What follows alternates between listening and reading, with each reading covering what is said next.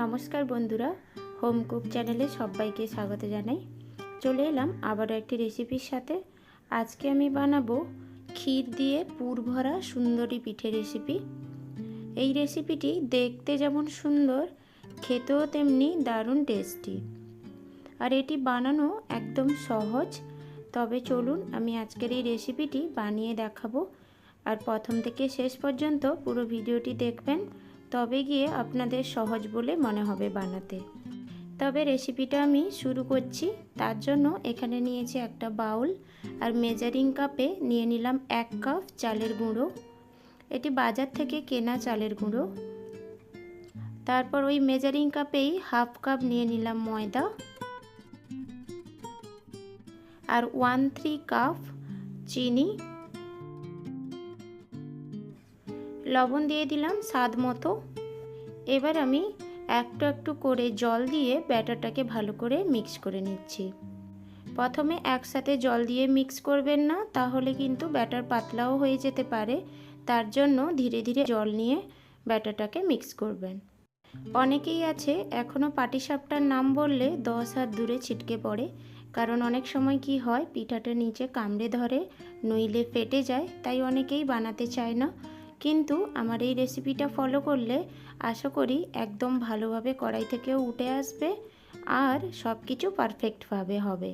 সমস্ত উপকরণগুলিকে ভালো করে মিক্স করে নিয়েছি। এবার একটা ঢাকনা দিয়ে আমি 15 থেকে 20 মিনিটের মতো সাইডে রেখে দেব। যতক্ষণ ব্যাটারটাকে ঢাকনা দিয়ে রেখেছি, ওই টাইমের মধ্যে আমি পিঠের ভেতরের পুরটা তৈরি করে নেব। তার জন্য গ্যাসে একটা কড়াই বসিয়ে দিয়েছি। গ্যাসের ফ্লেমটা হাইতে রেখে তারপর দিয়ে দিলাম আধা লিটারের মতো লিকুইড দুধ, বা যে কোনো দুধও দিলে হবে। এবার দিয়ে দিলাম 1/2 কাপের মতো গুঁড়ো দুধ। আর এই গুঁড়ো দুধটা ইউজ করলে ওই পুরটার স্বাদটা কিন্তু খুব ভালো আসে। এবার ভালো করে আমি লিকুইড দুধের সাথে গুঁড়ো দুধটাকে মিক্স করে নিচ্ছি।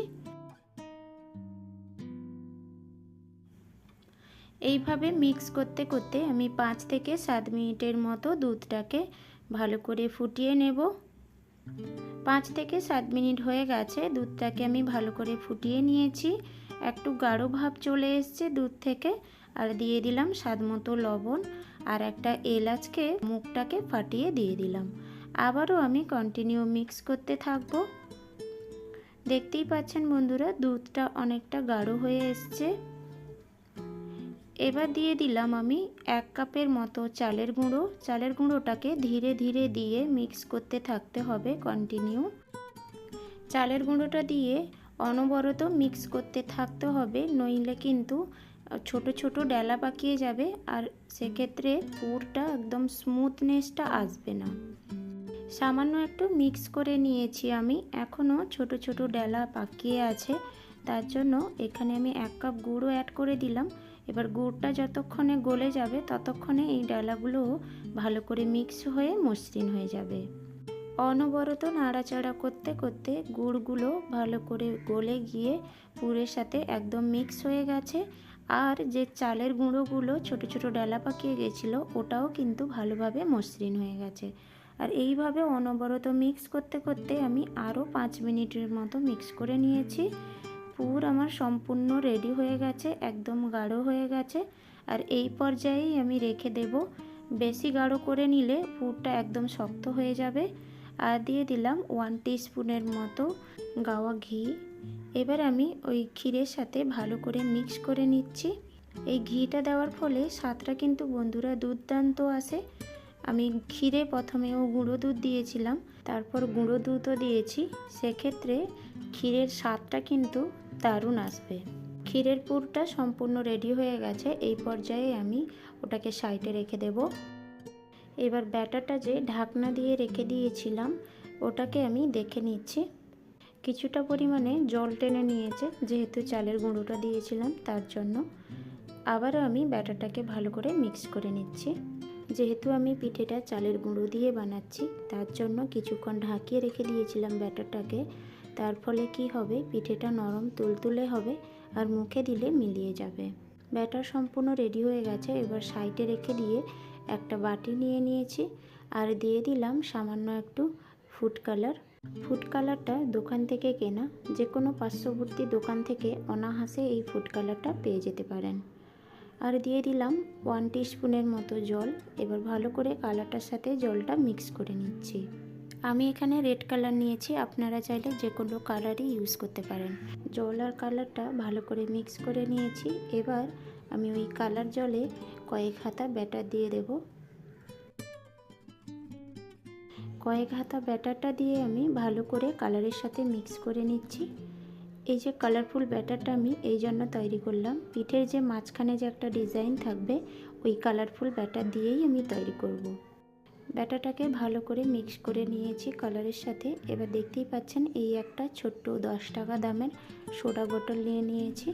এবার ওই বোতলটার মুখে ছোট্ট করে একটা ছিদ্র করে দিয়েছি। আর এই কালারফুল ব্যাটারগুলোকে আমি ওই বোতলের মধ্যে ঢেলে নিচ্ছি। দেখতেই পাচ্ছেন বোতলের মধ্যে আমি ঢেলে নিয়েছি। বোতলটার মুখে কিন্তু একদম ছোট্ট করে ছিদ্রটা বানাতে হবে, নইলে বড় করে ছিদ্র বানালে যখন প্যানে আপনারা ডিজাইন করবেন তাহলে কিন্তু প্যাচ প্যাচ করে বেরিয়ে গিয়ে ডিজাইনটা ভালোভাবে আসবে না। ব্যাটারটাকে আবারও আমি একটু নেড়ে চেড়ে মিক্স করে নিয়েছি। তারপর গ্যাসে একটা ফ্রাই প্যান বসিয়ে দিয়েছি। গ্যাসের ফ্লেমটা মিডিয়ামে রেখে একটু সামান্য সাদা তেল আমি ব্রাশ করে দিলাম। এরপর যেটা করতে হবে, ওই যে আমি কালারফুল ব্যাটারটা বানিয়ে বোতলের মধ্যে ঢেলে রেখেছিলাম, ওই বোতলটাকে হালকা প্রেস করে গোল গোল করে ঘুরিয়ে নিতে হবে। এবার ওই ব্যাটারটা যখন হালকা টান টান ধরে যাবে, তারপর সাদা রঙের ব্যাটারটা আমি কিছুটা পরিমাণ দিয়ে দেব। এবার ফ্রাই প্যানের হ্যান্ডেলটা ধরে হালকা ঘুরিয়ে ঘুরিয়ে একটা রাউন্ড শেপ বানিয়ে নেব। বন্ধুরা, আপনারা নিশ্চয়ই দেখেইছেন যে আমি কালারফুলে যে ডিজাইনটা বানিয়েছিলাম ওটা কিন্তু পারফেক্টভাবে ছিল, কারণ আমি বোতলের মুখের ছিদ্রটা একদম বড়ও করিনি আর একদম ছোটও করিনি। ওই জন্য আপনারা সবসময় চেষ্টা করবেন বোতলের মুখটা মিডিয়াম সাইজে করার জন্য। পিঠের ওপরের ব্যাটারটা হালকা টান ধরে এলে তারপর ক্ষীরটা ওপর থেকে দিতে হবে পুর হিসেবে। ওপরের ব্যাটারটা হালকা টান ধরে গেছে, আমি এই পর্যায়ে ভেতরের জন্য পুরটা অ্যাড করে দিলাম। আমি এখানে কিছুটা পরিমাণে পুর দিয়েছি, আপনারা যে যেমন ভেতরের পুর খেতে পছন্দ করেন ওই হিসাবে দিয়ে দেবেন। এবার আমি হালকা উল্টে উল্টে ওটাকে রাউন্ড শেপ করে নেব। দেখতেই পাচ্ছেন বন্ধুরা, একটা পিঠে আমি তৈরি করে নিয়েছি। এবার একটা প্লেটে তুলে নেব। দেখতে কত সুন্দর হয়েছে তাই না? একদম পারফেক্টভাবে হয়েছে সব কিছুটা। শুধু যে দেখতে সুন্দর হয়েছে তা কিন্তু নয়, খেতেও কিন্তু দারুণ সুন্দর হবে। সেম পদ্ধতিতে সমস্ত পিঠেগুলো আমি তৈরি করে নেব। আর একটা আমি আপনাদেরকে বানিয়ে দেখাচ্ছি। সেমভাবে ফ্রাই প্যানটাতে একটু তেল ব্রাশ করে দিলাম। তারপর ওই কালারফুল ব্যাটারটা যে বোতলে রেখেছিলাম ওই বোতলটাকে হালকা দাবিয়ে আমি রাউন্ড রাউন্ড করে একটা ডিজাইন বানিয়ে নিলাম। আর ওই কালারফুল ব্যাটারটা একটু টান ধরে গেলে তারপর উপরে আমি সাদা রঙের ব্যাটারটা দিয়ে দেব 2 হাতার মতো। তারপর ফ্রাই প্যানের হ্যান্ডেলটা ধরে হালকাভাবে ঘুরিয়ে একটা রাউন্ড শেপ বানিয়ে নেব। আর ওই সাদা রঙের ব্যাটারটাও হালকা টান ধরে এলে তারপর ভেতরে দিয়ে দিচ্ছি ওই যে বানিয়ে রেখেছিলাম ক্ষীরের পুরটা, ওইটা আমি দিয়ে দেব। এরপর পুরটা দিয়ে হালকাভাবে উল্টে উল্টে আমি আবার রাউন্ড শেপ বানিয়ে নিলাম। দেখতেই পাচ্ছেন বন্ধুরা কত সুন্দর নিচ একদম উঠে আসছে, নিচেও কিন্তু কামড়ে ধরছে না। আর দেখতেও কিন্তু খুব সুন্দর হয়েছে, খেতেও কিন্তু খুব সুন্দর হবে। এইভাবে আপনারা বাড়িতে তৈরি করে দেখুন, আশা করি সবার খুব ভালো লাগবে। আর এইভাবে আমি সমস্ত পিঠেগুলো তৈরি করে নেব একটা একটা করে। এই পিঠেটি বানানো কিন্তু খুবই সোজা, কোনো রকম ঝামেলা ছাড়া। আর আমার এই রেসিপিটি ফলো করলে আপনারা একদম অনায়াসে বাড়িতে খুব জলদি বানিয়ে ফেলতে পারবেন। আর এই পিঠেটি এত সুন্দর, দেখতেও যেমন সুন্দর, খেতেও কিন্তু অসাধারণ স্বাদের। এই শীতের সময় পিঠে পার্বণের দিনে আপনারা তো বিভিন্ন ধরনের পিঠে বানিয়ে খান, তার মধ্যে এটি দারুণ একটি লোভনীয় পিঠে। দেখতে যেমন সুন্দর আর খেতেও কিন্তু দারুণ টেস্টি। তো তাড়াতাড়ি আর দেরি না করে বাড়িতে বানিয়ে ফেলুন। আমি যেদিন বাড়িতে এই পিঠেটি বানিয়েছিলাম খেতে কিন্তু দারুণ স্বাদের হয়েছিল আর সবাই খুব প্রশংসা করেছিল। আপনারাও এইভাবে প্রশংসা পেতে হলে বাড়িতে বানিয়ে ফেলুন। আমার মতো সেমভাবে। আর আমাকে কমেন্ট করে জানাবেন পিঠেটি কেমন লাগলো।